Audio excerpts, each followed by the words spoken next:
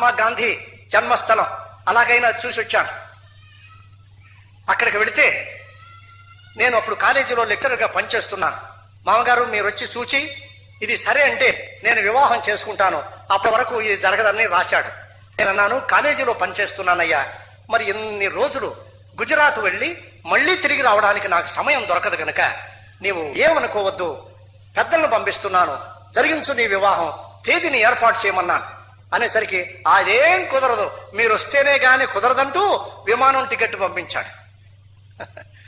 ఇక్కడి నుండి హైదరాబాద్ నుండి బొంబాయి నుండి గుజరాత్ ఆనంద్ అనే ప్రదేశం ఉంది, అక్కడికి నేను ఆ విమానంలో వెళుతూ అనుకున్నాను, ఎగయు గొవ్వల వలె గోళ్లకు, మీరు కూడా అనుభవం ఉంది, చాలా మంది ప్రయాణం చేసిన వారు ఉన్నారు.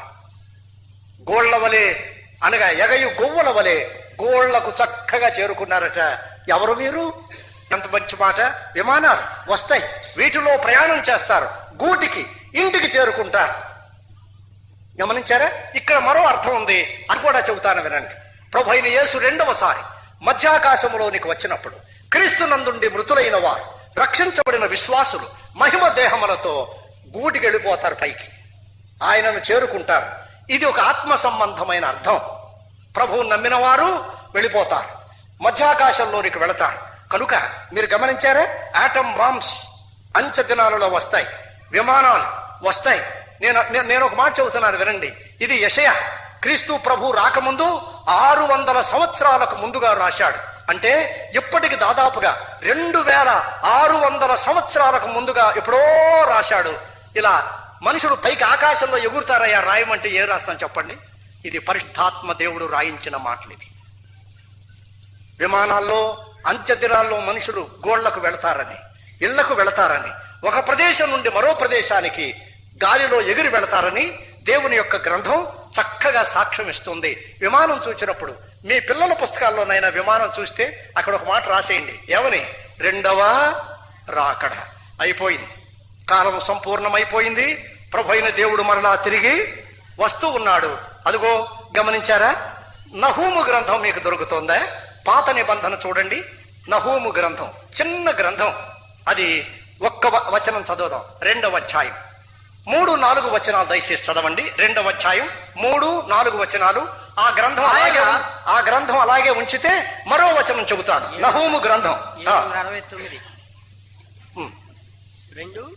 2వ అధ్యాయం 3-4 వచనం. ఆయన బలాఢ్యుల డాలు ఎరుపాయను, ఆయన బలాఢ్యుల డాలులు ఎరుపాయను, పరాక్రమశాలులు రక్తవర్ణపు వస్త్రము ధరించుకొని ఉన్నారు. ఆయన సైన్యం వ్యూహపరిచిన దినమున రథభూషణములు అగ్ని వలె మెరయుచున్నాయి. రథాలు అగ్నిలా మెరుస్తాయా? నాకు చెప్పండి. రథాలు, గుర్రాలు అగ్నిలా ఉంటాయా? ఏమిటి దీని భావం? ప్రవక్త తన కాలంలో తన భాష ఉపయోగించాడు. రథాలు అగ్ని అంటే ఏమిటి దీని పేరు? ఈ మధ్య మన దేశస్తులు కనుగొన్నారు కదా ఒకటి, దాని పేరే అగ్ని. అగ్ని అని పేరు పెట్టారు లేదా? అంతరాలకు వెళ్ళిపోయి యుద్ధం చేస్తాయట అగ్ని. గమనించారా? రాకెట్స్, యుద్ధ విమానాలు, యుద్ధ రాకెట్స్. ఇప్పుడు చూడండి, ప్రవక్తల కాలంలో ఉన్న భాష ప్రవక్తలు రాశారు. ఒక మాట చెబుతాను, ప్రవక్తల కాలంలో కొన్ని మాటలు ఉన్నాయి, అవి ఇప్పుడు పిల్లలకి అర్థం కాదు. ఇవన్నీ ఇంగ్లీష్ మీడియం వచ్చిన తర్వాత. ఇప్పుడు ఊరికే నేను చెబుతాను. మా పిల్లల దగ్గరికి వెళ్ళి ఒకసారి మాట్లాడుతూ, అమ్మా మన పొంతకొండలు ఎక్కడున్నాయి అని అడిగాను. పిల్లలకి తెలుసా మీకు పొంతకొండలు? మా కాలంలో తెలుసవి. పొంతకొండలు అంటే వంట చేసుకోవడానికి 2 మంచి కొండలు పెట్టేవాళ్ళు, అందులో నీళ్లు పోసేవారు. అవునా? ఈ కాలంలో కాస్త తెలిసిన వారు తక్కువ.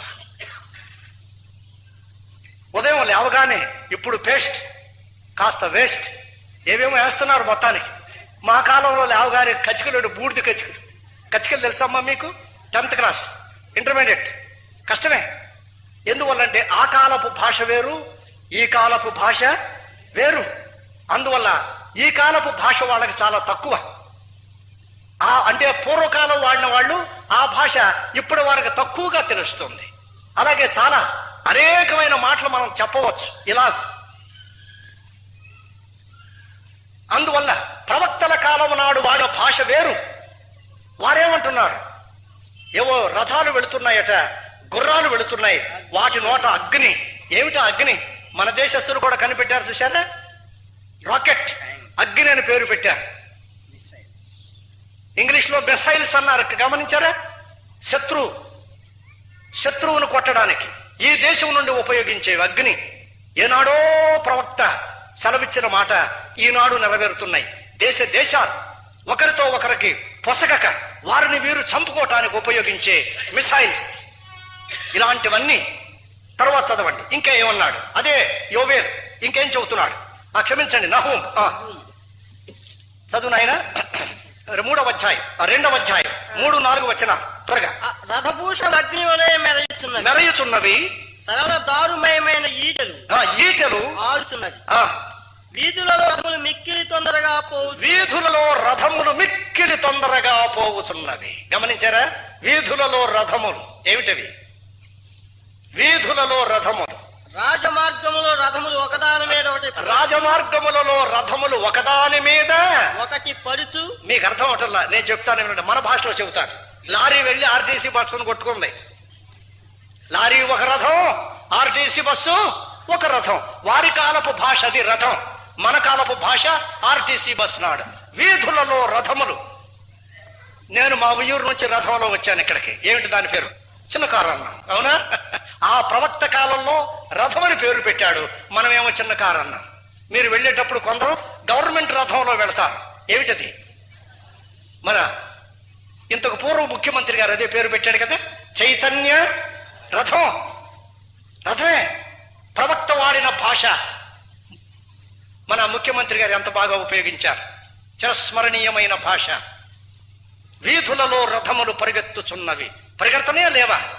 ఏమిటి మీ వీధిలో పరిగెట్టట్లేదా? చిన్న కార్లు, పెద్ద కార్లు, ఆర్టీసీ బస్సులు, పెద్ద బస్సులు, లారీలు, ఇవే రథములు. చక్కని చైతన్య రథం పేరు పెట్టారు చూశారా? రథములు పరిగెత్తుచున్నవి. తరువాత అవి దివిటీల వలె కనబడుచు, దివిటీల వలె వెలుగుతున్నాయి. లోపల లైట్లు, ముందు లైట్లు. అవి పరిగెత్తుచున్నవి. రాజు తన పరాక్రమశాలను జ్ఞాపకం చేసుకొనగా. తర్వాత 3వ అధ్యాయం 2వ వచనం 4వ వచనం కూడా దయచేసి.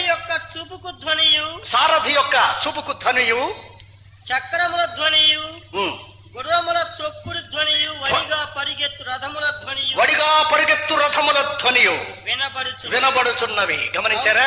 మీకు వినబడుతుందా లేదా? మాకంటే మీకు ఎక్కువ వినబడుతుంది. అదిగో రైలు కూసిందా లేదా? వడిగా పరిగెత్తుకెళ్లే రథాలు, మామూలు రథాలు ఉన్నాయి వీధుల్లో తిరిగేవి. అవి బస్సులనండి, లారీలనండి, చిన్న కార్లనండి, ఇంకా వడిగా పరిగెత్తుకుని వెళ్లే రథాలు కూడా ఉన్నాయట. ఎక్స్ప్రెస్ ట్రైన్ అనండి, ఏదైనా సరే ఇలాగు వస్తాయని, అంచె దినములలో ఇలాగు జరుగుతాయని అవి చూసినప్పుడల్లా, రైలు చూసినప్పుడు, రైలు కూతున్నప్పుడు ఏమనుకోవాలి? అయిపోయింది, ముగింపు, బస్సు ఎక్కుతా, ఆఖరి రోజులు, అంతం సమీపించింది. విమానాన్ని చూచినప్పుడు అయిపోయింది, అంతం, ఆఖరి రోజులు ఇవి, ప్రపంచానికి అంతం, యుగాంతం. ప్రభు చెప్పిన మాటలన్నీ నెరవేరుతున్నాయి. ఈ సంభవాలు చూసినప్పుడు మీ కన్నులు పైకెత్తండి, తలలు పైకెత్తండి. మీ విడుదల సమీపించింది, సిద్ధంగా ఉండండి. ఇవన్నీ జాగ్రత్తగా గమనించండి. వీధులలో రథములు ఒకదాని మీద ఒకటి పడుతున్నాయంటే మన వాళ్ళు ఏం చెప్పారు? దానికి యాక్సిడెంట్ అన్నారు. నిజమే, ప్రమాదం. అలాగూ పరిగెడుతున్నాయి. దూరంగా వెళ్లే రైళ్లు కూడా పరిగెడుతున్నాయి. చక్కని లైట్లతో వెళ్ళిపోతా ఉన్నాయి. గమనించారా? ప్రభు చెప్పిన మాటలు ఎంత శ్రేష్టమైనవి. 1000 సంవత్సరముల క్రితం చెప్పిన మాటలు ఈనాడు మనం కళ్ళారా నెరవేరడం చూస్తున్నాం. అంచె దినములకు సాదృశ్యం. రైళ్లు చూచి, బస్సులు చూచి, ట్రైన్లు చూచి, కార్లు చూచి నీవు రక్షించబడటం లేదంటే ఇంకా ఎలాంటి అధోగతి పాలవుతున్నావో ఆలోచన చేయండి. ఇవన్నీ క్రీస్తు ప్రభు యొక్క రాకడకు సాదృశ్యం. ఇంకా చెబుతాను, దయచేసి వినండి. దైవ గ్రంథాన్ని ఏమేమి ప్రభు చెప్పాడో ఒక్కసారి ఆలోచన చేద్దాం. యెషయా గ్రంథం 5వ అధ్యాయం. ఈ వచనం మీరు జాగ్రత్తగా చెప్పాలి. 5వ అధ్యాయం 26వ వచనం దయచేసి చదువుతారా? ఆయన దూరముగా ఉన్న జనులను పిలుచుటకు. వినండి జాగ్రత్తగా. దూరముగా ఉన్న జనులను పిలుచుటకు ధ్వజమునెత్తును. భూమి అంతము నుండి వారిని రప్పించుటకు. భూమి అంతముల నుండి వారిని రప్పించుటకు. ఈల. దీనికి మీరు పేరు పెట్టండి. దేవుడు పెట్టిన పేరు కొంచెం ఇక్కడ మన పేరు పెడదాం. భూమి అంతములో మీ అబ్బాయి అమెరికాలో ఉన్నాడు, వాడితో మాట్లాడాలి. ఇక్కడ నుండి ఈల కొడితే వాడికి వినపడద్దట. ఏమిటది? టెలిఫోన్. ఎక్కడో ఉన్నాడు మీ వాడు, నొక్కావు నంబర్లో, కొట్టింది ఎలా? దాన్ని ఏమన్నారు మన భాషలో చెబుదాం. ఎత్తండి, రింగ్. రింగ్ అవుతుంది, ఎత్తాం. ఎవరు? హలో. భూమి అంతముల నుండి టెలిఫోన్ మీరు ఇళ్లలో చూచినప్పుడు, ఎస్టీడీలు, ఐఎస్డీలు ఇవన్నీ చూచినప్పుడు రాకడ సమీపం. వీధి వీధిలో, బజారులో ఎస్టీడీలు పెట్టేశారు. భూమి అంతముల నుండి ఇలా. అది పాత నిబంధన భాష. నూతన నిబంధన భాష ఏమిటంటే ఆయన అందరిని పిలవడానికి రింగ్. మీ ఇళ్లలో ఫోన్లు ఉన్నాయా? ఒక్కసారి చెయ్యెత్తి చూపించండి, ఎంతమందికి ఉన్నాయో ఫోన్లు ఒక్కసారి. మీరు సరే చాలండి. కనుక మీకు మోగుతుంది ఎలా? మీ పిల్లలో, పెద్దలో. కొన్నిసార్లు నేను ఇంటికి వెళ్ళేసరికి ఇలా మోగుతుంది. ఎవరో చేశారు. సఫల సంగతి ఏమిటి? ఈల కొట్టి ఇక్కడ ఒక ఆత్మ సంబంధమైన అర్థం ఉంది. అది ఇప్పుడు మనం లోతుగా వెళ్ళడానికి భావ్యం కాదు, కానీ ఉన్న విషయాన్ని వివరిస్తున్నాను. భూదిగంతముల నుండి ఈల కొట్టి, చదువునైనా, నేను వారిని పిలిపించదను. అదిగో వారు త్వరపడి వేగంగా వచ్చుచున్నారు, వారిలో అలసిన రాగానే వారు త్వరగా వచ్చుచున్నారు. 10వ అధ్యాయం జకర్యా గ్రంథం 8వ వచనం. 10:8. నేను వారిని విమోచించి ఉన్నాను గనుక. 10:8 జకర్యా కింద మీకు. నేను వారిని విమోచించి ఉన్నాను గనుక ఈల వేసి పిలిచి సమకూర్చేదను. ఈల కొట్టి 10 మందిని తెల్లవారి లోపల రప్పిస్తాను, సమకూర్చదను. ఫోన్ కాల్స్, ఎత్తండి ఫోన్, అంతే. చూసారా? టెలిఫోన్. ఇంకా ఫ్యాక్స్ అనండి, టెలిగ్రామ్ అనండి, ఏదైనా కానీ దేవుడు తన ఈల మానవుడికి దయచేశాడు. పాత నిబంధన భాష అది ఈల. నూతన నిబంధన భాష రింగ్ అవుతుందట ఫోన్. ఒక్కసారి పరిచయం లేకపోయినా మీ స్నేహితులకి రేపు ఎల్లుండో ఫోన్ చేయండి, కనీసం నాకైనా చేయండి, రేపు ఊరిలో ఉంటాను పగల. రింగ్. లేదా మీ స్నేహితుల్ని ఇక్కడ ఉంటాను ఫలానా ఫోన్ దగ్గర, రింగ్ చేయండి, ఎలగొట్టండి అని చెప్పండి. ఎలగొడతారు. అప్పుడు మీకు అర్థం అవుతుంది దేవుని రాకడ సమీపించింది. ఇంటిలో ఫోన్ కనపడితే ప్రభు కొరకు సిద్ధపడాలి. విమానం వెళుతూ ఉంటే ప్రభు కొరకు సిద్ధపడాలి. రైలు చూస్తే ప్రభు కొరకు సిద్ధపడాలి. బస్సు చూస్తే ప్రభు కొరకు, కారు చూస్తే ప్రభు కొరకు సిద్ధపడండి. అందరూ రక్షించబడి యేసు రక్తములో కడుగబడి పాప క్షమాపణ అనుభవంలోనికి రావాలని దేవుడు కోరుతూ ఉన్నాడు. గమనించారా? యుద్ధ టాంకులు వచ్చాయి, ఆటం బాంబ్స్ వచ్చాయి, ఆ తరువాత ఇదిగో విమానాలు వచ్చాయి, ఆ తరువాత టెలిఫోన్, అవి కూడా వస్తా ఉన్నాయి. ఇంకొక మాట చూడండి, ప్రసంగి గ్రంథం 10వ అధ్యాయం 20వ వచనం చదువుతారా? 10:20. నా సమయం కావస్తుంది అనుకుంటాను, త్వరగా చూడండి. ఈ మాట జాగ్రత్తగా గమనించండి. నీ మనస్సు రాజును శపించవద్దు, నీ పడక గదిలోనైనను ఐశ్వర్యవంతులను శపింపవద్దు, ధనవంతులను శపించవద్దు. ఏలయనగా ఆకాశ పక్షులు. వినారా? ఒక మాట వినండి, ఇక నా వైపు చూడండి. నీ ఇంట్లో ఉండి కూడా రాజుని ఐశ్వర్యవంతులే అనబాకు. ఎందువల్ల అంటే ఆకాశ పక్షులు సమాచారము కొన్ని రెక్కలు గలది. వినండి. ఆకాశ పక్షులు సమాచారం తెలియజేసేది ఏమిటట? ఏమిటి? ఆకాశ పక్షి అన్నాడు. మీకు అర్థమయ్యే భాష చెబుతున్నాడు. ఆకాశవాణి. ఇంకో మారుస్తున్నాను, దూరవాణి. ఆకాశవాణి అంటే ఏమిటి? చెప్పండమ్మా. రేడియో. దూరవాణి అంటే ఏమిటి? Television, TV. వీటన్నిటి ద్వారా సమాచారం వెళ్ళిపోతుంది, యావత్ ప్రపంచానికి వెళ్ళిపోతుంది. రెక్కలు గలది సంగతి తెలుగు. ఏమిటి రెక్కలు గలది? రెక్కలు గలది అంటే ఈ సమాచారాన్ని తెలిపేదాన్ని ఆ మధ్యాకాశంలో పెడుతున్నారు. రెక్కలతో పైకెళ్ళిపోతుంది. ఆర్టిఫిషియల్ శాటిలైట్ అంటారు, కృత్రిమ ఉపగ్రహం. రెక్కలు గలది, అక్కడి నుండి వెళ్ళిపోతుంది సమాచారం. దూర ప్రదేశంలో ఉన్న వారికి మాట్లాడండి, ఫోన్ ఈల కొట్టండి, ఎలా ఉంటుంది? ఎక్కడి నుండి మాట్లాడుతున్నావయ్యా? ఏంటి మా దేశం వచ్చావా ఏమిటి? మరేమిటి ఇంత స్పష్టంగా ఉంది? రెక్కలు గలది. ఎవరు? శాటిలైట్, ఉపగ్రహం. మానవుడు శాస్త్రీయమైన పరికరాలతో పెట్టాడు అక్కడ.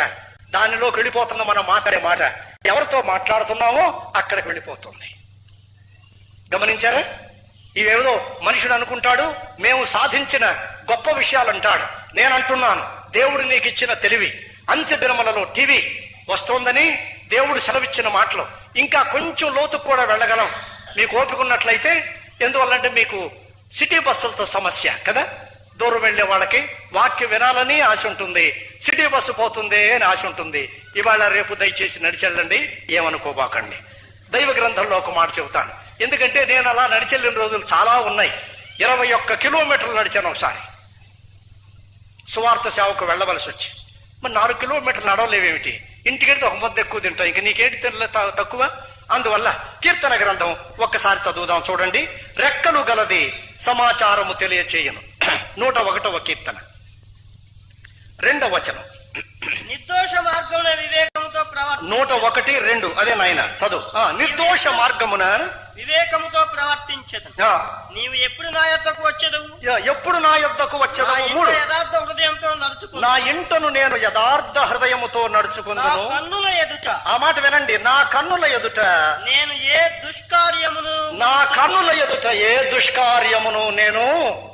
ఏమిటి కళ్ళ ముందుండే చెడు ఏంటి నాకు చెప్పండి? ఏమిటి? టీవీలో వచ్చి అపవిత్రమైనవి. నా కన్నుల ఎదుట ఏ దుష్కార్యం ఉంచుకోబాకండి సోదరులారా. అమ్మా, దేవుడు నీకు ఆరోగ్యం ఇచ్చాడు, డబ్బు ఇచ్చాడు, అనవసరమైన ఈ టీవీలు టీవీలు పెట్టుకుని పాడైపోబాకండి. తీసేయండి, కనెక్షన్ తీసేయండి. మీకు ఏదైనా అవసరం అనుకుంటే వార్తలు వినండి. పిల్లలకి ఏదైనా చదువు విషయం ఉంటే అది మాత్రమే చూడండి. నా మాట వినండి, పాడు చేసుకోవద్దు. విశ్వాస జీవితం నుండి చాలా మంది భ్రష్టులైపోతున్నారు. అందువల్ల భక్తుడు అంటున్నాడు, దేవా నా ఇంట యథార్థ హృదయముతో నడుచుకుందని. ఎంత మంచి మాట. యథార్థత ఉందమ్మా ఇంట్లో, మరి తీసేయండి. రేపు కూటానికి వచ్చేసరికి అనవసరమైనవన్నీ తీసేయండి. ఖర్చు అయితే అయింది తీసేయండి. కావలసినవేదో చూడండి. అందరూ వెళ్ళి సినిమా దగ్గర కూర్చుంటారా? అంతకుముందు సినిమా హాల్కి వెళ్ళేవాళ్ళం, ఇప్పుడు సినిమా వచ్చి ఇంట్లో కూర్చుని అందరిని చెడగొడుతుంది. అందుకు భక్తుడు చక్కగా చెబుతున్నాడు, దేవా నా ఇంట నేను యథార్థంగా ఉంటానయ్యా. నా కన్నుల ఎదుట, నా కన్నుల, అందరూ చెప్పండి, నా కన్నుల ఎదుట ఏ టీవీ నేను ఉంచుకున్నాను. టీవీలో వచ్చే చెడు వద్దు నాయన. మూసేయండి బాబు. యవనస్తులు జీవితాలు పాడు చేసుకోబాకండి. ఓ పెద్ద ఆఫీసర్ గారు నాతో మాట్లాడుతున్నాడు, బ్రదర్ క్రికెట్ను జయించలేకపోయినన్నాడు. ఏమైందన్నాను. ఆయన గొప్ప పని మీద వెళుతున్నాడు, ట్రైన్ కూడా వెళ్ళిపోయే సమయం వచ్చింది, క్రికెట్ మానలేకపోయాడు, ట్రైన్ వెళ్ళిపోయింది. దానివల్ల చాలా నష్టం వచ్చింది. ఎంత సమయం వృధా చేస్తున్నారు. అమ్మా మానేసేయండి. టీవీ అంత్య దినాల్లో వస్తుందని తెలుసుకోండి. ఆఖరి రోజులు ఇవి. ప్రసంగి చెప్పాడు అదే మాట కదా. రెక్కలు గలది సంగతి ఆకాశవాణి దూరవాణి. ఇదిగో భక్తుడు చెబుతున్నాడు. ఆఖరిగా ప్రకటన గ్రంథంలో కూడా ఈ టీవీని గురించి ఉంది. ఒక్క వచనం చదివి తరువాత ప్రభు ఏం చెప్పాడో, ఆఖరి రోజులంటే ఏమిటో వెళ్ళిపోదాం. త్వరగా చదువుతారు. 11వ అధ్యాయం ప్రకటన గ్రంథం. ఇక్కడ ఇద్దరు శ్రేష్టమైన భక్తులను గురించి చెబుతూ ఉన్నాడు. చెబుతూ వారు మహా అద్భుతాలు చేసేవారని ప్రభు చెబుతున్నాడు. చెబుతూ క్రీస్తు విరోధి వారిద్దరిని చంపుతాడు భక్తులను. మోషే ఏలియా ఇద్దరు చనిపోయి యెరూషలేము యొక్క రాజవీధిలో పడిపోయి ఉంటారు. పడిపోయి ఉంటే ఏం జరుగుతోంది? 11వ అధ్యాయం మరియు 9వ వచనం. 11, 9 వంశములకును మరియు ప్రజలకును వంశములకు ఆయా భాషలు మాట్లాడు వారికి జనములకును సంబంధించిన వారు 3.5 దినములు అదే వారి శవములను చూచుచూ వారు వినండి.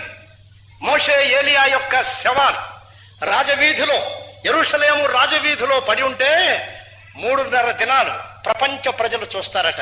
ఎలా? బెజవాడలో ఉన్న నీవెలా చూస్తావు? టీవీ వాళ్ళే టీవీ పెడతారు. ఒకటి ఈ టీవీ, ఒకటి జీ టీవీ, ఒకటి సాతాన్ టీవీ. అక్కడి నుండి ప్రసారం అవుతాయి. ఒక మాట గమనించండి, ఇక్కడ ఒక ప్రాముఖ్యమైన ప్రవచనం ఉంది. ఏమిటా ప్రవచనం అంటే, ఇశ్రాయేలు దేశం నుండి కూడా ప్రపంచ వ్యాప్తంగా టీవీలో ప్రసారాలు జరుగుతాయి. ఆఖరి రోజుల చిహ్నం గుర్తది. టీవీలు ఇళ్లలో ఉన్నాయంటే ఆఖరి రోజు. ఇక చూడబాకండి, ఇంటికెళ్ళి ప్రార్థన చేయండి. దేవా నా కన్నుల ఎదుట ఏ దుష్కార్యము ఉంచుకొనను నాయన. ఏ కీడు నేను చూడను, అవసరం లేదు. చెడుగైనది, అపవిత్రమైంది, జీవితాన్ని పాడు చేసేది ఆఖరిది రోజు, అంచె దినాలు. కనుక యవనస్తులు మీ జీవితాలు పాడు చేసుకోకండి. ఇంటికి వెళ్ళిన తర్వాత అనవసరమైనవన్నీ కనెక్షన్లు తీసివేయండి.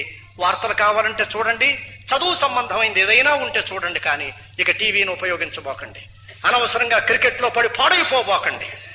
అంచె దినాల్లో టీవీ వస్తుందని, అది దేశమంతా ప్రజలు తిలకిస్తారని దేవుని యొక్క వాక్యం సెలవిస్తా ఉంది. గమనించారా? ఆ తరువాత ఆఖరి దినాలకు, అంచె దినములకు సాదృశ్యాలు ఏమిటో మరి ఇంకొక వచనం దైవ గ్రంథంలో చదువుదాం. యెషయా గ్రంథం 43వ అధ్యాయం 16వ వచనం. యెషయా 43:16. త్వరగా చదవండి, సమయం అయిపోబోతోంది. 43. సముద్రంలో త్రోవ కలుగు చేయవాడును. ఎక్కడ త్రోవ? ఎక్కడ? గట్టిగా చెప్పాలి. సముద్రములో లోపల త్రోవ కలుగు చేసుకుని వెళుతుందట. ఏంటి దాని పేరు? సముద్రము పైన వెళ్లే దాని పేరు ఏమిటి? వడిగల జలములలో కలుగ చేయవాడును. వడిగల జలములలో లోపల మార్గమును కలుగు చేసుకుని వెళుతుంది. దాని పేరేమిటి? జలముల పైన వెళ్లే దాని పేరేమిటి? ఓడ. లోపల వెళ్లే దాని పేరేమిటి? జలాంతర్గాం. ఇంగ్లీష్ లో సబ్మరీన్ అన్నారు. ఓడలేమి, జలాంతర్గాములేమి, యుద్ధంలో ఉపయోగపడేవేమి, వీటన్నిటినీ అంచె దినాల్లో మానవుడు కనుగొంటాడు. గమనించారా? ఏదో వాక్యం ఏదో చెప్పినట్టుగా ఉంది, కానీ కొంచెం లోతుకు వెళ్ళండి. ప్రభువు అన్ని విషయాలు ప్రవచన రూపంలో చెప్పేశాడు. అంత సమస్తం తెల్లవారు లేస్తే మన కళ్ళ ముందు ఏదైతే ఉందో అదంతా దైవ గ్రంథంలో సెలవిచ్చిన మాటలు. ఇంకొక వచనం చెప్పి ఈ వేళకు మనం సెలవు తీసుకుందాం. యోబు గ్రంథం. జాగ్రత్తగా చదవండి ఈ వచనం, మీరు అర్థం చేసుకోండి. 38వ అధ్యాయం. యోబు గ్రంథం 38వ అధ్యాయం 19-20 బాబు. వెలుగు నివసించు చోటునకు పోవు మార్గమేది? వినండి జాగ్రత్తగా. వెలుగు నివసించు చోటునకు మార్గమేది? చీకటి అను దాని ఉనికి పట్టు ఏది? దాని సరిహద్దులకు నీ వెలుగును కొనిపోవుదువా? చీకటి దగ్గరికి వెలుగు తేగలమా? తెచ్చామా లేదా? ఇదంతా చీకటి, వెలుగు తెచ్చాం. ఏమిటి దీని పేరు? అది కరెంట్. యోబు కాలంలో వెలుగే అన్నాడు. మన కాలంలో ఇంగ్లీష్ తెలుసు కనుక కరెంట్ అని పెట్టాం. ఇంజనీర్లు అడిగితే ఎలక్ట్రిసిటీ అంటారు. కనుక ఎలక్ట్రిసిటీ వస్తోందని దేవుని యొక్క వాక్యం సెలవిచ్చింది. చిన్న చిన్న విషయాల్లో గూఢమైన గొప్ప అంశాలు ప్రభు మన కొరకు దాచి ఉంచాడు. కరెంట్, టీవీ, రేడియో, దినం మనం ఉపయోగించేవి, కళ్ళారా చూచేవి, రైళ్లు, కార్లు, మోటార్లు, ఇవన్నీ, ఓడలు, జలాంతర్గాములు, ఇవన్నిటినీ చూచినప్పుడు, ఆకాశంలో ఎగిరే విమానాలు చూచినప్పుడు, ఆ టీవీలు చూచినప్పుడు, రేడియోలు, వీటన్నిటినీ స్పష్టంగా ఏం చెబుతుందంటే, ఈ తరము, ఇవి చూచుచున్న తరము గతించక ముందే నేను మరలా తిరిగి వస్తాను. రాకడ సమీపించింది. అతి త్వరలో ప్రభు అయిన దేవుడు రాబోతున్నాడు గనక సిద్ధపడదాం. ఆయన వచ్చి సంఘాన్ని తీసుకుని వెళితే ప్రపంచ పరిస్థితి ఏమిటి? క్రీస్తు విరోధి ఎప్పుడు వస్తాడు? ఏ దేశం నుండి వస్తాడు? అతని కాలంలో ప్రపంచ పరిస్థితి ఎలా ఉంటుంది? ఎంత తారుమారుగా ఉంటుంది? ఎంత భయంకరంగా ఉండబోతుంది ప్రపంచం? ప్రభు చిత్తమైతే రేపు ధ్యానం చేద్దాం. మీరు చాలా ఓపికతో, శ్రద్ధతో ఇంతవరకు దేవుని మాటలు విన్నారు. ముగింపు చేద్దాం. అందరూ ముగించక ముందు తరల వంచి ఒక్కసారి ప్రార్థన చేద్దాం. మీకై మీరే ప్రార్థన చేసుకోండి.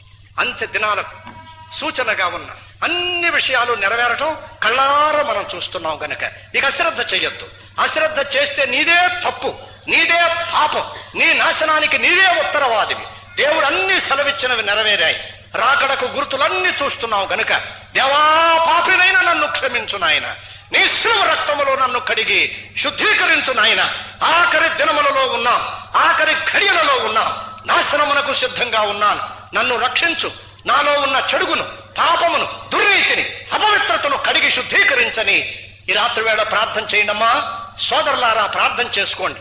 మారు మనసు కొరకు, రక్షణ కొరకు, యేసు రక్తములో కడగబడి పాప క్షమాపణ కావాలని ప్రార్థన చేయండి. దేవా, పాపినైనా నన్ను క్షమించని ఈ రాత్రి వేళ ప్రార్థన చేయండి. పాప క్షమాపణ కొరకు ప్రభువుని వేడుకోండి. నా పాపాలన్నీ క్షమించు ప్రభు అని ప్రార్థన చేయండి. ప్రభు క్షమిస్తాడు. ప్రార్థన చేయండి, మేము కూడా మీ కొరకు ప్రార్థన చేస్తాం. అలాగూ రక్షణ కోరేవారు ఎవరైనా ఉంటే మీ కొరకు మేము ప్రార్థన చేస్తాం. కనిపించేట్లుగా దయచేసి మీ కుడి హస్తాన్ని మాకు చూపించండి, మీ కొరకు మేము ప్రార్థన చేస్తాం. మీ కొరకు ప్రార్థన చేస్తాం, కనపడేటట్లుగా అందరూ కుడి హస్తాన్ని పైకెత్తి ఉంచండి, మీ కొరకు మేము ప్రార్థన చేస్తాం. ఎవరైనా పైనున్నవారు, కిందున్నవారు, రక్షణ కోరేవారు, పాప క్షమాపణ కోరేవారు, ఇంకా ఈ రాత్రి రక్షించబడతాను, కళ్ళారా నాశనాన్ని చూస్తూ ఉన్నాను, దేవా పాపినైనా నన్ను క్షమించు, కనపడేట్లుగా దయచేసి మీ కుడి హస్తాన్ని చూపవలసిందిగా ప్రభు పేరట మీకు మనవి చేస్తున్నాను. పాపినైనా నన్ను క్షమించు ప్రభు. ప్రార్థన చేద్దాం.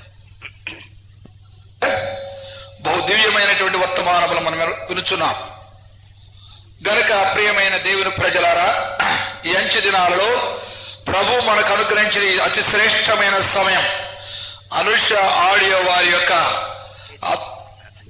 ఆధ్వర్యంలో మరి ఇంత చక్కని సభలు నిర్వహించడానికి, ప్రత్యేకమైన రెండవ రాకడను గుర్చిన వర్తమానం ఇవ్వడానికి ప్రభు మనకు అనుగ్రహించిన మంచి సమయాన్ని బట్టి అందరూ కూడా ఒకసారి చేతులెత్తి దేవుని స్తుతించండి. హల్లెలూయా, హల్లెలూయా, హల్లెలూయా. దేవునికి స్తోత్రం. మహిమగల మహారాజా, నీ పరిశుద్ధ నామమును విడి ప్రార్థన చేస్తున్నాం. ఇంతవరకు ప్రభువా ఈ యొక్క ఆరాధన కార్యక్రమానికి అధ్యక్షత వహించి ఆరంభము నుండి ఇంతవరకు కూడా మా ప్రభు మీ మహిమార్థము నడిపించినందుకు స్తోత్రములు. సాక్ష్యం ఇచ్చిన బిడ్డను బట్టి నీకు వందనాలు, వర్తమానం ఇచ్చిన బిడ్డను బట్టి వందనాలు. మా ప్రభువా, నీ నామఘనత కొరకు పాటలు పాడిన వారిని బట్టి నీకు వందనాలు చెల్లిస్తున్నాం. ఇదిగో అనేక మంది బిడ్డలు కూడి వచ్చి నీ దివ్యమైన సన్నిధిని అనుభవించడానికి మా ప్రభు వారికి అనుగ్రహించిన మంచి మనసు కొరకై వందనాలు చెల్లిస్తున్నాం. ఇంకా దీవించండి. రేపు జరగబోయే కార్యక్రమానికి కూడా మీరు అధ్యక్షులుగా ఉండి రేపు ఇంకా అనేక మంది ప్రజలను మీరు విస్తారంగా తీసుకురాగలని నడుస్తున్నాం. రేపు పునరుద్ధానపు దేవుని మేడుగా దాయిచ్చేయగల దేవుడు అని నమ్ముచున్నాం. ప్రభువా, మీరు సహాయం చేయండి. యేసు ఉన్నత నామమును బట్టి మిక్కిలి వినుతో బ్రతిమలాడి ప్రార్థిస్తున్నాము తండ్రి, ఆమేన్. మన తండ్రి అయిన దేవుని ప్రేమ, కుమారుడు యేసుక్రీస్తు కృప, పరిశుద్ధాత్మక దీవెన మనకి నీ ప్రభువును ప్రేమిస్తున్న ప్రతి బిడ్డకిని నిరంతరం తోడై నడిపించునుగాక. ఆమేన్.